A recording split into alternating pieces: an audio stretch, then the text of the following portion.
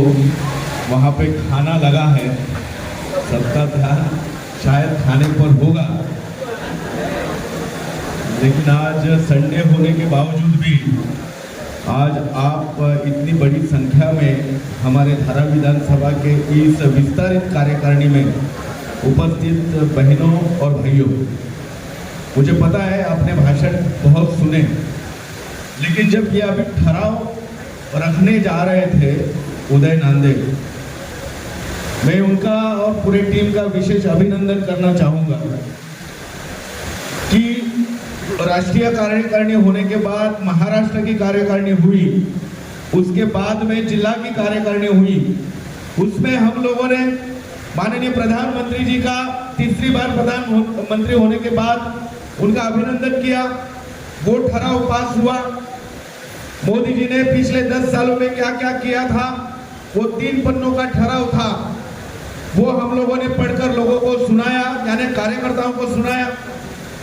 फिर अपने महाराष्ट्र की महायुति का जो ठहराव था पिछले 2.5 साल में, अपने महाराष्ट्र को सुजलाम सुफलाम बनाने के लिए जो जो काम हमारे महायुति की सरकार ने किए थे, उसका एक अभिनंदन का ठहराव था। और मैं विशेष रूप से धारावी के आपके सभी टीम का अभिनंदन करना चाहता हूं कि आपने धारावी के लिए 2 और 3 विशेष ठहराव यहां पर रखे, जो आपने यहां पर पढ़े।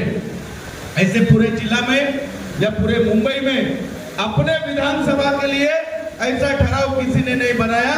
मैं यहां पर आपको बोलना चाहता हूं, भाई और बहनों, जरा 2-4 मिनट मुझे सुनिए। मेरी बहनें भी यहां पर है, मुझे पता है आज इतवार है, आपके घर पर भी अपने बच्चे, पति, सब परिवार वाले आपका राह देखते रहेंगे। राजनीति में या राजनीतिक के कार्यक्रमों में जाने के वक्त एक बार पुरुष कार्यकर्ता तो पूरे टाइम देकर काम कर सकता है, लेकिन हमारे यहाँ पर जो बहनें बैठी हैं उनको कितनी तकलीफ होती होगी एक राजनीतिक कार्यक्रम में आने के लिए, वो मैं भली बातें जानता हूँ, इसलिए आपका ज्यादा समय मैं नहीं लूंगा। लेकिन एक कहना चाहूंगा कि ये जो विस्तारित कार्यकारिणी है वो कार्यकर्ताओं की कार्यकारिणी है, जो भारतीय जनता पार्टी को मानने वाले, उसकी विचारधारा मानने वाले लोगों की ये कार्यकारिणी है। इसलिए आपको यहाँ पर हमारे वार्ड अध्यक्षों के माध्यम से यहाँ पर बुलाया गया है। क्या इस सभागृह में ऐसा कोई व्यक्ति है जिसको जबरदस्ती यहाँ पर लाया है? तो जरा हाथ ऊपर कीजिए। मुझे मालूम है यहाँ पर किसी को जबरदस्ती यहाँ पर लाया नहीं गया है।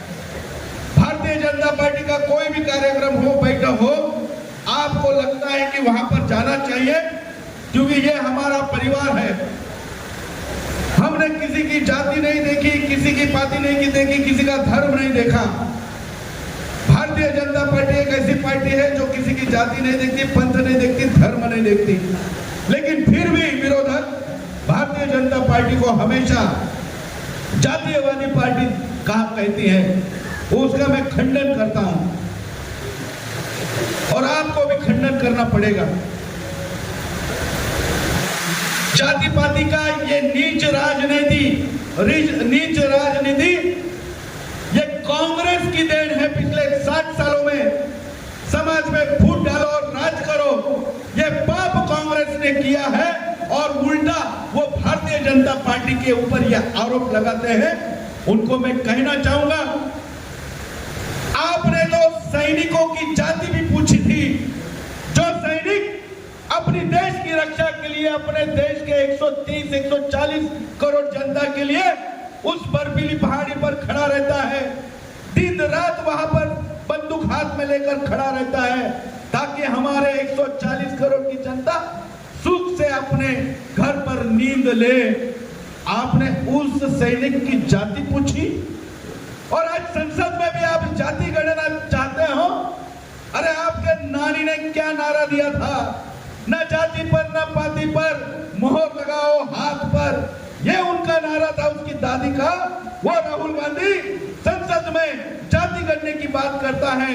अरे कभी इंसानियत की बात करो, इंसान धर्म की बात करो, इंसानियत की बात तो छोड़ो, आपस में फूट डालने का काम ये राहुल गांधी ने पिछले 2019 के चुनाव में भी उन्होंने किया था, और 2024 आते आते भयंकर एक विकराल रूप उन्होंने लेने का प्रयास किया था। जैसे हमारे मित्र और मेरे महामंत्री नीरज जुबारे जी ने कहा कि ये बहुत बड़ा षड्यंत्र, ये लोग भारतीय जनता पार्टी को नहीं इस देश को तोड़ने के लिए कर रहे हैं।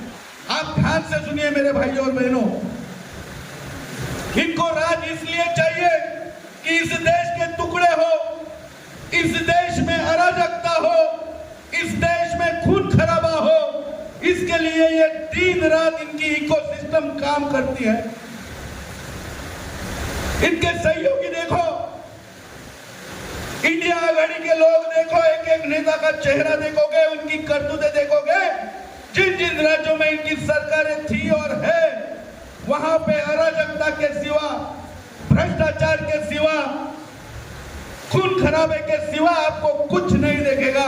पश्चिम बंगाल का आप उदाहरण देखो, ममता बनर्जी किस तरह से भारतीय जनता पार्टी के कार्यकर्ताओं का खून वहां पर उनके लोग कर रहे हैं, उनको जिंदा जला रहे हैं, महिलाओं के ऊपर अत्याचार कर रहे हैं, कार्यकर्ताओं को मार रहे हैं, काट रहे हैं, जला रहे हैं।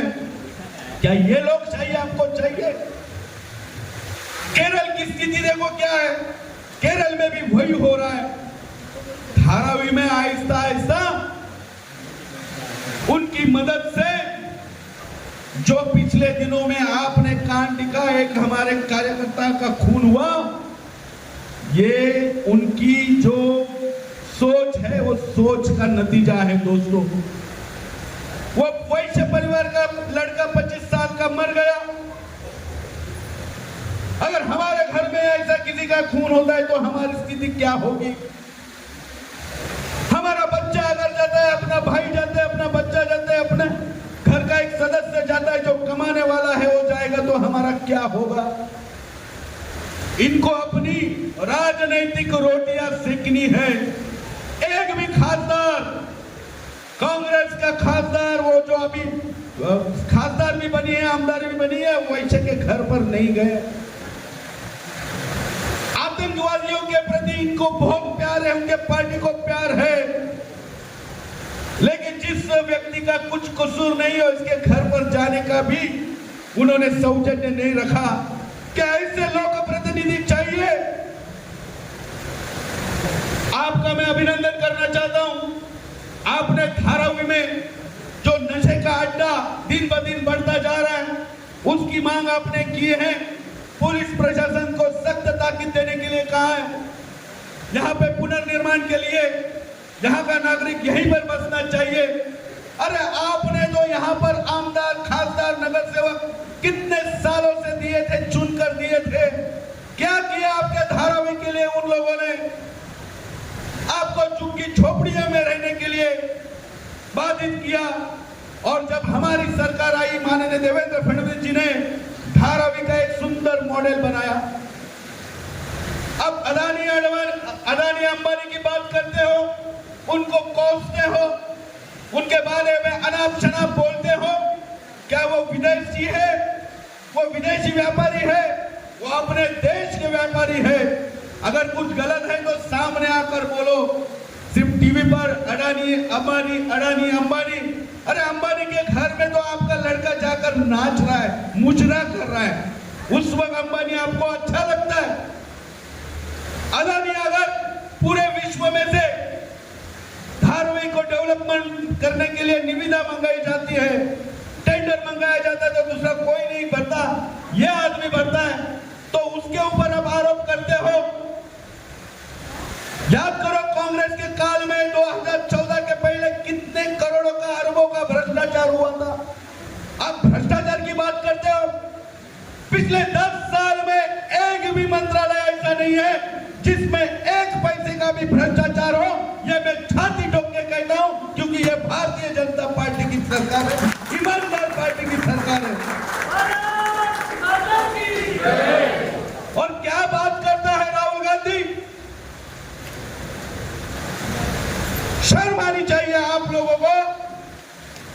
40 से 99 हुए, 100 भी आंकड़ा पार नहीं कर पाए, तो भी जीत की खुशी आप मना रहे हो। आपने अगर संसद का अधिवेशन देखा होगा तो हमारे 240 खासदार और एनडीए के मिलाकर 272 लोग चुपके से विरोधियों का भाषण सुनते हैं। वो झूठ बोलते हैं फिर भी सुनते हैं, शांति से सुनते हैं। लेकिन जब हमारे प्रधानमंत्री उसको उत्तर देने के लिए खड़े होते हैं, कोई मंत्रालय के मंत्री खड़े होते हैं, तो हल्ला गुल्ला मनाते हैं जैसे केजी के स्कूल चल रही हो। अरे शर्म आनी चाहिए आप लोगों को। झूठ बोलोगे, वो भी डंके की चोट पर तुम झूठ बोलोगे। भारत की जनता अब सजग हो गई है। पंकज जी, आपने कहा खटाखट खटाखट खटाखट, ये झूठ हमारे महिलाओं का, उद्धव ठाकरे महिलाओं का अपमान हमारे एकनाथराव शिंदे जी ने नहीं किया, महायुति के सरकार ने, हमारी महाराष्ट्र की सरकार ने नहीं किया। आप जिनके चरणों में जाकर बैठे राहुल गांधी और सोनिया गांधी के उस खटाखट खटाखट झूठ के आश्वासन से हमारे समस्त भारतीय नारियों का अपमान करने का काम तुम लोगों ने किया है। गायब हो गए चुनाव आने के बाद। लेकिन दावे के साथ कहता हूं भाइयों और बहनों, ये सरकार, महाराष्ट्र की सरकार हो या केंद्र की सरकार, ये ईमानदारों की सरकार है। राष्ट्र प्रथम, देश पहले, बाद में हमारी पार्टी और उसके बाद में हमारा नेता आता है। ये सोच रखकर चलने वाली ये भारतीय जनता पार्टी है। और आप लोग क्या करते हो? पहले हमारा परिवार, फिर पार्टी को चंदा से मालामाल, और फिर सरकार में आए तो भ्रष्टाचार। देश गया, असुरक्षित रहने दो, देश के गरीब मरने दो, किसान आत्महत्या करने दो, महिलाओं के ऊपर अत्याचार होने दो। यह इनके कार्यकाल में होता रहा। माननीय प्रधानमंत्री जी के 10 साल के कार्यकालों में अगर सूरज देखना होगा, छत्रपति शिवाजी महाराज का राज्य कैसा है, यह अगर किसी ने नहीं देखा होगा, नहीं पढ़ा होगा, तो पिछले 2014 से लेके अब तक जो केंद्र में सरकार है, वो सही मायनों में छत्रपति शिवाजी महाराज को जो अभिप्रेत की सरकार है, वो सरकार आपकी और हमारी सरकार है। भाइयों और बहनों, यह विस्तारित कार्यकारिणी है। झूठ के पुल बांधे जाएंगे और ये सिर्फ अपने देश के लोग ये प्रोपेगेंडा नहीं कर रहे, झूठ नहीं बोल रहे, उसके पीछे बहुत बड़ा षड्यंत्र है।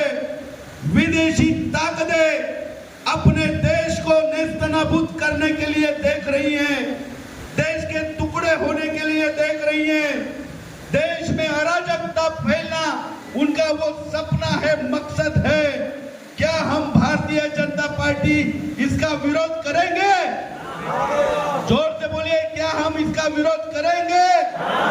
और ये झूठे लोगों को उनकी जगह दिखाएंगे। तो धारावी में आने दीजिए किसी को भी। हम सच के पथ पर चलने वाले कार्यकर्ता हैं। राष्ट्र और भारत माता का जयकार करने वाले हम लोग हैं। हमें क्या मिला, हमने क्या पाया, ये सोचने वाले हम लोग नहीं हैं। हमारी आने वाली पीढ़ी, यहाँ पर माताएं बहनें बैठी है, आपकी पीढ़ी, आपके बच्चे, आपके जो आने वाली पीढ़ी है, उनको आप सुरक्षित रखना, देखना चाहते हैं कि नहीं?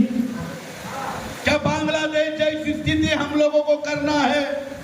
भिखमंगा पाकिस्तान तो हो गया, बांग्लादेश के बहुत से अच्छे काम वो सरकार कर रही थी, भारत के साथ अच्छे संबंध हो रहे थे, उनका आर्थिक प्रगति हो रही थी, लेकिन विद्यार्थियों की आड़ में ये कौन सा आंदोलन था? क्या प्रधानमंत्री के आवास में घुस गए? अरे शर्म आनी चाहिए थी। हम लोग टीवी पर देख रहे थे, वो बुजुर्ग महिला जिनको हमारे भारत ने शरण दी, उस बुजुर्ग महिला के अंतर वस्त्र, ऐसा कौन सा विद्यार्थी है जो उसका अंतर वस्त्र फैलाकर बाहर आता है, मुस्कुराता है? ये ऐसी अराजकता अपने देश में भी चाहते हैं। सलमान खुर्शीद बोलता है कि बांग्लादेश में जैसा हुआ वैसे भारत में भी होगा। अरे भारत में ऐसा कभी नहीं होगा, क्योंकि देशभक्ति की पार्टी और हमारे नेता नरेंद्र मोदी जब तक है तब तक इस देश में ऐसा कभी कुछ नहीं होगा। भाइयों और बहनों, ये कार्यकारिणी अभिनंदन करती है हमारे प्रधानमंत्री को। यह कार्यकारिणी महाराष्ट्र के महायुति का अभिनंदन करती है और धारावी में एक नया सवेरा लाने के लिए हम लोग सब कटिबद्ध हो जाए। ऐसे बहुत से विषय है, लेकिन सब विषय एक ही बार रखना ये ठीक नहीं होगा। यहाँ पे बुजुर्ग महिला है, बुजुर्ग कार्यकर्ता है, नौजवान कार्यकर्ता है। मैं हाथ जोड़कर सभी कार्यकर्ताओं से विनती करूंगा, इनके झूठ के बहकावे में आप बिल्कुल मत आना। ये किसी के नहीं है, इन्हें सिर्फ सत्ता हथियानी है और अपने देश के जो संसाधन है उसके ऊपर अधिकार जगाना है और अपने देश में एक अलग देश बनाने की ये कोशिश में लगे हुए हैं। इनके गलत इरादे को आप पहचानो और भारतीय जनता पार्टी के साथ में और पसीना बहाने के लिए हम सब एक होकर काम करें। इतना ही मैं आज के इस विस्तारित कार्यकारिणी के लिए मैं आप लोगों के सामने रखना चाहता हूं।